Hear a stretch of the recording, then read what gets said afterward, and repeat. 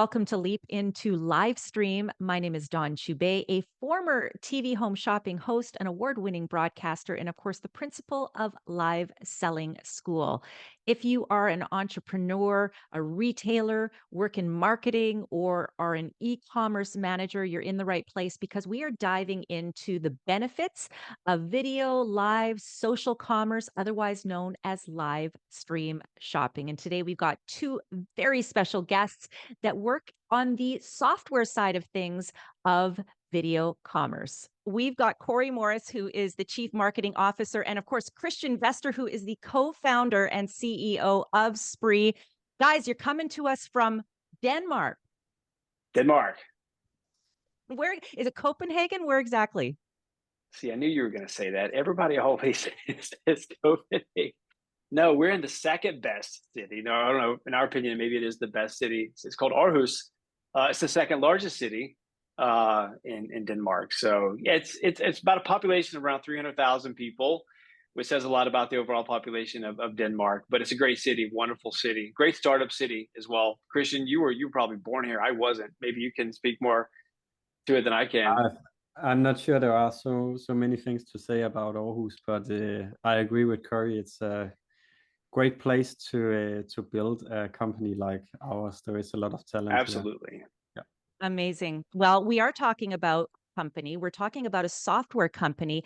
And because this is Leap into Livestream, we get a lot of people, at least on my end, Christian and Corey, that have questions about the tech that can be available to them to increase their conversion. So let's start right from the beginning. What exactly is SPRII? Yeah, thank you. I can start. SPRII is a software company, as you're saying, and we are the company that makes it possible to make shoppable live streams on social media, and it's on Facebook, Instagram, and also on your own website, or if you have an app or things like that.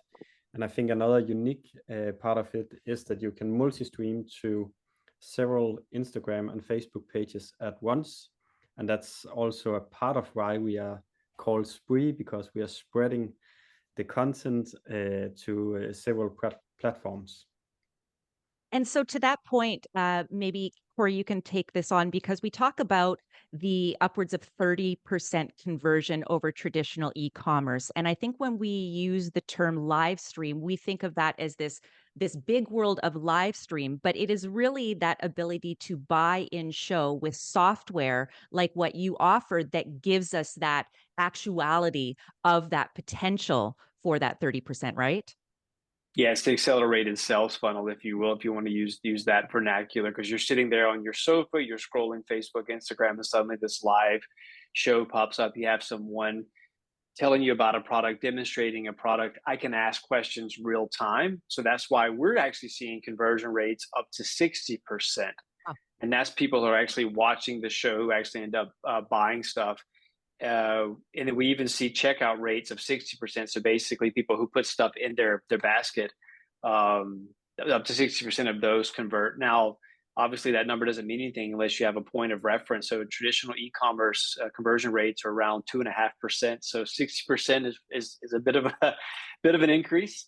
And typical checkout rates are around 45% as well. So people who put stuff in their basket, around 45% of those end up checking out. So yeah, the numbers are pretty impressive. And I think that's why there's so much wind in the live shopping sales right now. And in particular, my perspective, obviously, for a brick and mortar who wants to reach their consumer another way, but in particular, when we look at direct to consumer, where there is so much, certainly competition from a consumer standpoint, I think they like to see a face behind the brand. And I can only imagine that this is one of the main reasons that live stream shopping, huge in China, little less elsewhere, but certainly growing. When we take it right down to the seed, Christian, tell us a little bit about how this company actually got started and why. Yeah, we started 3 years ago, and as many remember, it was during COVID at that time. And it was not because we were sitting down and thinking, okay, wow, we need to start a live shopping company now. I was a management consultant at that time, but my parents have a physical brick and mortar fashion store, and it was a hard time due to COVID because there were no customers in the store, right? But my sister had been in China for a lot of years, and she came up with the idea that maybe we should live stream from the store and then showcase some of the products.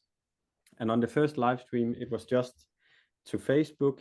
I think 25 people were watching, and my mother, who was the host, she became very emotional because, wow, now there were suddenly some customers in the store virtually, right? And then the next show came, and then 100 were watching, and then the third, and so on. And at the end, there were 500, 1,000 who were watching this small store from a tiny city compared to Aarhus. But the problem was that there were no software that could handle that people wanted to buy, so it was very manually. So after every live, they had to sit down not just for hours but for days to figure out who wanted what product and how can they pay and how can they get the product and so on. And our other founder, Nikolai, he is a tech software developer, and he had also experienced this problem with his mother's business. So he had developed something, and then he contacted my family, and then it all began from there, so to say. Yeah. Needless to Wow. say, both mothers are very proud of their son. Yeah. Yeah. You know, and But today, all yeah. great businesses and all great ideas do come from an incredible origin story. And I mean, for a lot of people listening, and I know you and I have talked, Corey, in the past. I mean, as a TV home shopping host, that is the OG. That was Mhm. the original bring the store into the homes, bring the Yeah, product into the homes where people can shop that's at right. whatever time of day. That's And right. and via, of course, linear broadcast where, on the back end from an e-commerce standpoint, obviously having access to buy those products. But I love the idea of making it easy for the consumer, because ultimately that's where you get that kind of conversion. Now, when we look at all the competition now that's out there. So Christian, when you and Nikolai were talking about the need for this because of your moms, Mm. somehow, there got to be this wheel of dozens, maybe more, of different platforms. Everyone, I'm going to assume, has a point of difference. So what's yours? Yeah, so there is other live shopping platforms, but they are focused mainly on making live shopping shows on your own website. And we are focusing on making live shopping shows on all the platforms that you want. So all the platforms where your audience are. And therefore, it had been super important for us to make live streams on social media shoppable, because there we know people are. And we also can see that there is an organic effect. If you're only making the live show on your own website, it becomes very hard to build up a huge audience, or it becomes very expensive to get new viewers in. So therefore, we have been focusing on creating a great product for social media, and as well an on-site solution, so you get both things from both worlds, right? In the beginning, it was a question about either on social media or on a website. Yeah. But Corey, now there's the residual effect as well, because you can go live, but then now out of that live, you've got content that you can repurpose. Yeah, absolutely. Absolutely. I mean, not only can you go live, you can go live on multiple channels at the same time. So this video that we're recording on now, let's assume that this was a live shopping video. We could multi-stream this same video across an unlimited number of Facebook and Instagram channels. And here's the kicker. If you and I were working with an influencer who was outside of our company, we could also stream it to their channel at the same time. So really, the unfair competitive advantage is the fact that we can multi-stream simultaneously, and that these videos are shoppable, because a lot of our competitors are also just driving that back to the website. But then you have to go to the website, you have to find that product, you have to put it in your basket. These are unnecessary friction points. So what we've managed to do is use something as simple as buy codes, and the comment functionality built into social media. So basically, a company says that, hey, you want to buy this really nice SPRII water bottle, which is a great water bottle, by the way. Then you could just write bottle A. So I write bottle A into the comment, and that puts this bottle into the shopping cart for you. And that's what makes a seamless user experience. That's also why we're getting really good conversion rates.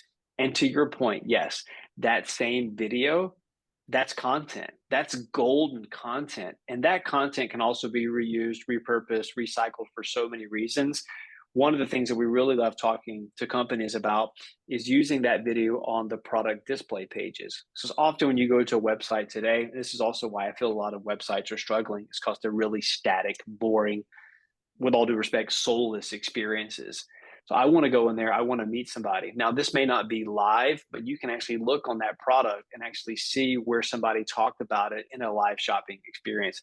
And this is where I see a big shift in the way we're thinking about e-commerce. We're taking some of that personality that you're used to getting in a brick and mortar store, and then we're merging it with live shopping to bring that more into a wholesome, more dynamic shopping experience. And ultimately, I mean, that's what the shopping channels already do. If you go to Yeah. TSC where I worked, if you go to HSN QVC, on each product page, there is a video of a trusted host, an advocate, an educator, a demonstrator that is able to really create more of a personalized shopping experience where those questions that a consumer might have can be anticipated and answered, which again removes another barrier to that purchase. Again, we want to remove any kind of friction. And then, of course, the ease of shopping. So we're really just modernizing what has existed for over 50 years. In home shopping, gentlemen, things like fashion and beauty and home and fitness and kitchen, and I'm sure there's something else in there. They're all popular and they all translate very well on television. What do you find to be the most popular product categories that really work well in this space? Yeah, so actually the categories that you are mentioned there, we see, or we have a lot of users who are in that business, but we have a lot of pets and dog stores, retailers, and brands, because I think that's the hobby segment in general. Everything related to hobby, it can also be fishing or hunting or things like that. That is quite huge. And then we also have some who are more in the food business. It can be wine, and it can be what is called meat, and so Meats, on. yeah. There are different verticals there as well. But of course, fashion, beauty, and I think that's also comes to how we as consumers are using our money, right? If yeah, Yeah, Also gourmet baby foods. stuff. Mm. Yeah, yeah, gourmet baby stuff. foods, Yeah. baby stuff. We're seeing a huge boom. Some of our biggest success stories right now are from providers of baby clothes, baby equipment. It's the mom who really wants to give her kid the absolute best, maybe doesn't have the wherewithal to come down to the physical store. So we bring the store and the staff to them, and they can sit in the comfort of their home and then just buy this stuff. So yeah, that's definitely one of our biggest players right now. So Christian, back in the day, it was your mom and Nikolai's mom who were Hmm. the original influencers, I'm going to Hmm. say, Yeah. in TV home shopping, at least with your company. So who are you finding to really fill that host role with your clientele? Are they separate from the company? Are they internal? Are they presidents? Are they owners, inventors? Give us a bit of the demographic of who you find to be not only who you're working with, but who Yeah. tend to really get the most success in that space. Yeah. Yeah, first of all, it really depends on what company it is. If it is, let's say, a direct to consumer brand where the owner is active in the company, and it's also someone who have a bit of charisma, they are perfect for being the host because they are so invested in the product. They can tell everything about it. And we have a nice case with a sports brand where the founder, who is also the host, Mette, she is showcasing the new products, and she also use her employees, and they can be from the financial department or anywhere else in the company, and they are the models different models trying the clothes on, and I think it becomes an event in the company as well. So it's not only nice for the users, but it's also really nice for the internal culture. But we also have bigger brands where they are using maybe a more trained host to be the one who welcomes to the show and say what we as a viewer can expect from the show. Hmm. And then there are visitors, and they can be someone from the company or someone from the brand that the company are selling, who are more knowledgeable about the products that are going to be sold. Yeah, I mean, there are several different ways to appeal to a customer and engage a customer. There's information, there's education, obviously, which is the information, the entertaining way, the Mm. authenticity. And so the perfect scenario is you've got one person that is all that. However, if that one person is not all that, you need to make sure that the front facing host or hosts can be able to appeal to all of those different motivations that a customer Hmm. has. And honestly, and gentlemen, that's why, I mean, I started my live selling school to not only work with people on the Mm. housekeeping part of it. How do you open a show? How do you formulate call to action with the many different triggers, emotional triggers that a consumer might have? How do you keep the show flowing? How do you engage? And then the secondary program I'm working on right now is for the business that wants to know, Hmm. where do I put my camera? How do I deal with the lighting? What software company am I working with? And so, again, all of our origin stories stem from that ultimate need. When we look at the growth that's there and the potential, we hear of live commerce, the forecast 36% by 2026, and the idea making up about 5% of all e-commerce. To me, I mean, this is just me, maybe I'm biased, but it seems silly that a business would not at least educate themselves, which is why I think people are listening to this podcast on what that potential is. But it must be evolving so fast, guys. Yeah, absolutely. I think a lot of people are on the sidelines watching the game. They're maybe a little bit scared to get in because they're trying to figure out the game. First of all, how big's the playing field? How fast is the game moving? How does the game even work? I've been having countless conversations recently, and I talk to people. I'm like, "Hey, why you guys should be doing this? This is a no brainer." And they're like, "Yeah, I get it, but not really sure my team is ready for this." And there's so many questions, and I think that often comes with any type of new technology, because one of the things we have to remind ourselves about, Don, is like we're a technology company, but this is also a completely new way for people to work. Where does live shopping fit into an existing organization? I mean, there's not an existing live shopping department. Does it sit with marketing? Does it sit with sales?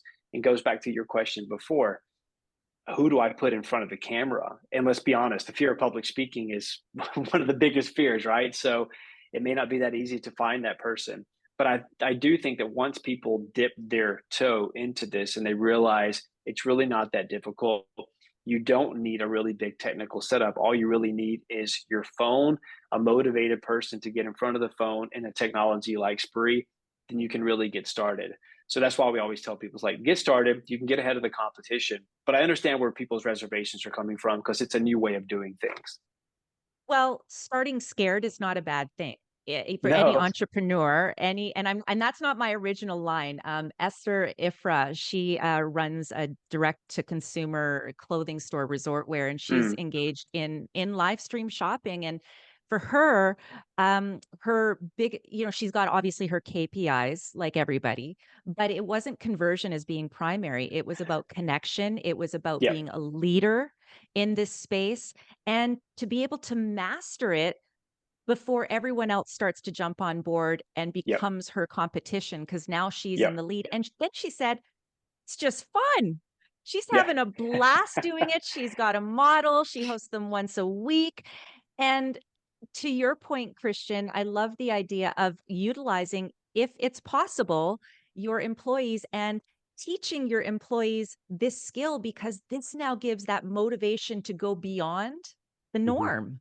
So when I look at the format and the framework, a run of show is incredibly important in my opinion, but I think there's often this mindset, in particular with that influencer crowd, that thinks, well, that's going to take away my authenticity. That's going to take away the spontaneity.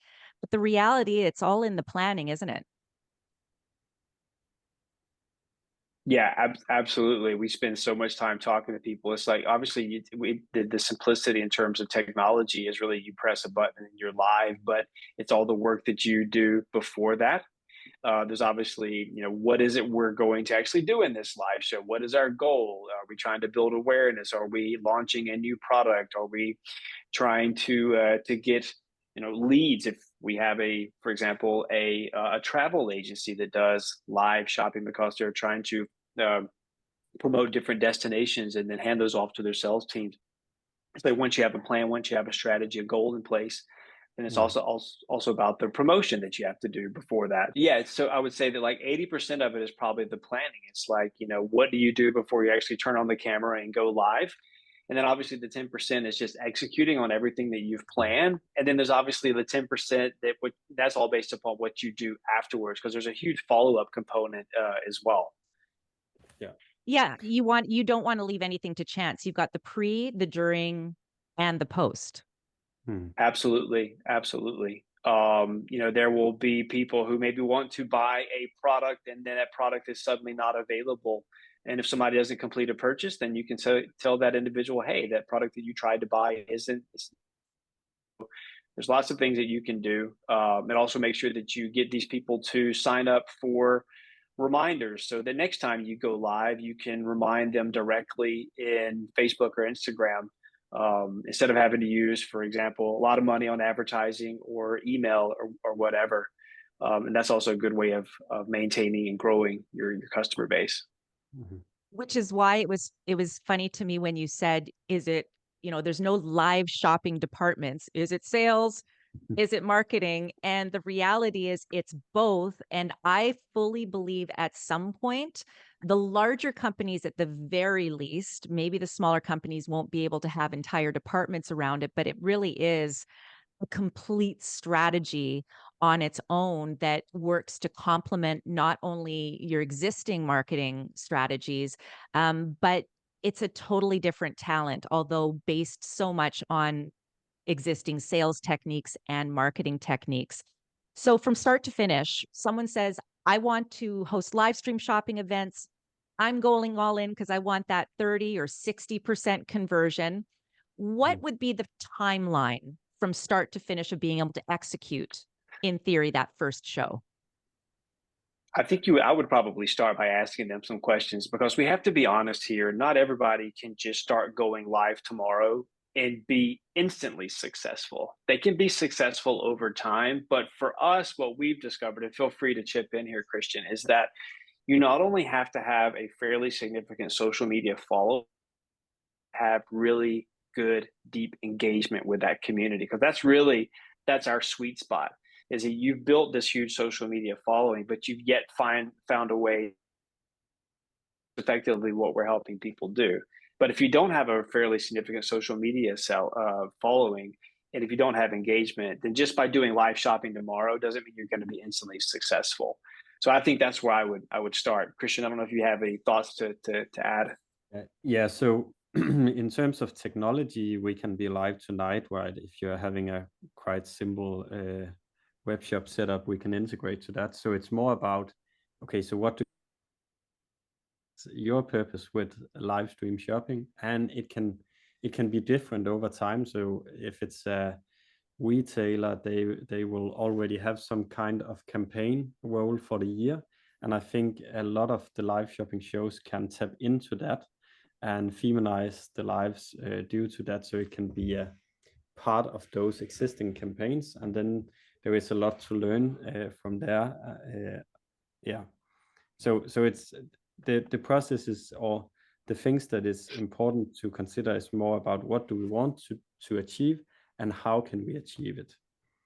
Yeah, Yeah, and I mean, ultimately being ready and coming out with a bang, right? But Mm. understanding that you're going to get lots of data that you're gathering, right? Yeah. Both about consumer behavior, what they want, what they need, but also what it takes to create a new shopping behavior for people. yeah, yeah. Then over time, so from somebody who is thinking it's a one and done, the reality is No, you have to get back on that horse, even if you only have 25 people watching, because eventually, like Christian, you said, then you'll get 50, then you'll get 100, then you'll get Mm-hmm. 1,500, right? Mm-hmm. Yeah, because it's not only new for you as a company, it's also new for your community, for your this is a new way to engage with you. Not only is it just going down to the store if you're a brick and mortar or visiting you on your website, but now there's a new opportunity for you to interface with them. And that takes time, getting people to your live, but also educating them on how to buy things, how to engage with you on your live shopping. So there's an educational piece there that definitely has to be done. But that's why we spend so much time on market education right now. Because I mean, the technology is great, technology works, but educating the market, both sides of the market, I would add, how to use this is really important for us. But these are also the tools that we need to put in the hands of our customers so that it's easier for them. These are the enablers that we're spending a lot of time working on. Probably yourself, Don. Yeah, it's exactly why I started Live Selling School. It's exactly why I am hosting this podcast and Yep. creating additional content because we want to make the mystery go away. And then with every problem solved, there's another thing that we have to solve after that based on that data and those learnings. But this is what it's like to be a pioneer. And SPRII, definitely a pioneer in this space. Thank you so much for taking the time. We could keep talking forever, but this is just the tip of the iceberg. If It anyone wants is. to learn more about SPRII and how to work with you, and also to learn a little bit more about the companies that are currently live shopping, how can they find that out? They can go to our website. So that's sprii.io, sprii.io. Tons of information there. Like I mentioned, some of those resources before, our live shopping essentials. You can get those there, but you're also welcome to reach out to myself or to Christian. You can find us both on LinkedIn, and we'd be more than happy to get into a conversation with you and share any thoughts and learnings that we with you. And I will say, if you follow along, there are a number of great boot camps and different webinars. One of these days, I'm going to get up really early and join you. But it's also replays on YouTube, so don't worry if you can't make it Right, live. right, Because that's right. the benefit of getting it going live and on tape and on video is that you can continue to repurpose. So you're walking the walk and talking the talk. Thank you Yes, so we much are. for taking the time with us, Christian and Corey. We'll hope to see you soon. Thank Thanks, you. guys. Thank you.